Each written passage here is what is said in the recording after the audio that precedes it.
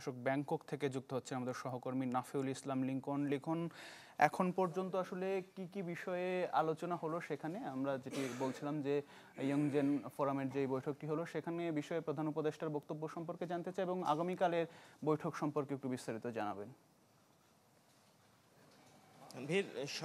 আজ স্থানীয় সময় দুপুরে প্রধান উপদেষ্টা ডক্টর মোহাম্মদ ইউনূস যখন থাইল্যান্ডে এসে পৌঁছালেন তার কিছুক্ষণ পরেই তিনি এই আইকনসিয়াম সেন্টারে চলে আসেন এবং এখানে ইয়াংজেন ফোরাম, থাইল্যান্ড সরকার আয়োজিত এই সেমিনারে তিনি প্রধান অতিথি হিসেবে বক্তব্য রাখেন এবং এই বক্তব্যে তিনি মূলত তুলে ধরেন একটি স্থায়ী উন্নয়ন পদ্ধতি, অর্থাৎ এই বিশ্বায়নের যুগে তরুণ উদ্যোক্তারা কিভাবে চাকরির দাসত্ব থেকে বেরিয়ে নিজেদেরকে উদ্যোক্তা হিসেবে পরিণত করবে সেই সম্ভাবনার কথা তিনি তুলে ধরেন এবং নতুন উদ্যোক্তাদের বিশ্বের অর্থনীতির সঙ্গে যে ধরনের প্রতিবন্ধকতা রয়েছে সেগুলো কাটিয়ে কিভাবে তারা তাদের নিজ নিজ দেশে অর্থনৈতিকভাবে সমৃদ্ধশালী হবেন সেই বিষয়গুলো তুলে ধরেন। এর পাশাপাশি তিনি বলেছেন যে ব্যাংক ঋণ প্রত্যেকটা নাগরিকের মানবাধিকার হওয়া উচিত, কারণ বড় বড় ব্যাংকগুলো, কর্পোরেট ব্যাংকগুলো কিন্তু মানুষের দোরগোড়ায় যায় না। তিনি বলেছেন যে তিনি যেই পদ্ধতি চালু করেছেন সেখানে একটি ব্যাংক মানুষের দোরগোড়ায় যাবে এবং মানুষের সমস্যা নিয়ে সোশ্যাল বিজনেস করবে। সেটি করলে এটি আরও বেশি টেকসই হয় গ্রামীণ মানুষের উন্নয়নের জন্য। এই পদ্ধতিতে তিনি বলেছেন যে ব্যাংককের সঙ্গে থাইল্যান্ডের শিক্ষার্থীদের সঙ্গে তার একটি পুরনো সম্পর্ক রয়েছে এবং তিনি যখন শিক্ষকতায় ছিলেন তখন থাইল্যান্ডের শিক্ষার্থীরা তার সবচেয়ে বেশি শিক্ষার্থী ছিল।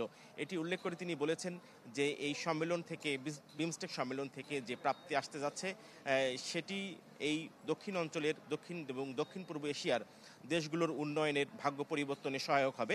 এই ছিল আজকের এই ইয়াংজেন ফোরামের নতুন উদ্যোক্তা এবং তরুণ শিক্ষার্থীদের সম্পর্কে তার বক্তব্য।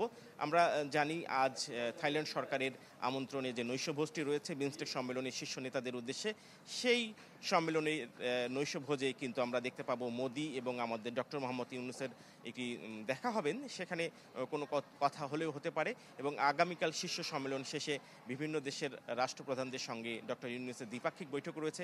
সেখানে সবচেয়ে আলোচিত দ্বিপাক্ষিক যে বৈঠকের কথা আমরা বলে আসছি নরেন্দ্র মোদির সঙ্গে বৈঠকের নিয়ে, এবং এই বৈঠকে বাংলাদেশের সঙ্গে ভারতের যে সম্পর্কের বর্তমান পরিস্থিতি সেটি উত্তরণে এবং যে ধরনের বাধা প্রতিবন্ধকতা রয়েছে গত 7 মাস ধরে ভারতের সঙ্গে, সেটি উত্তরণে নতুন কোনো দিক নির্দেশনা দুই নেতার মধ্যে আসতে পারেন বা সম্পর্কের যে বরফ গলতেও পারে।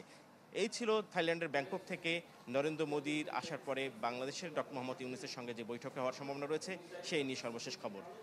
জি লিংকন, অনেক ধন্যবাদ যুক্ত হবার জন্য। সহকর্মী নাফিউল ইসলাম লিংকন জানাচ্ছিলেন ব্যাংকক থেকে। ঢালাইয়ের সেরা প্রিমিয়ার সিমেন্ট।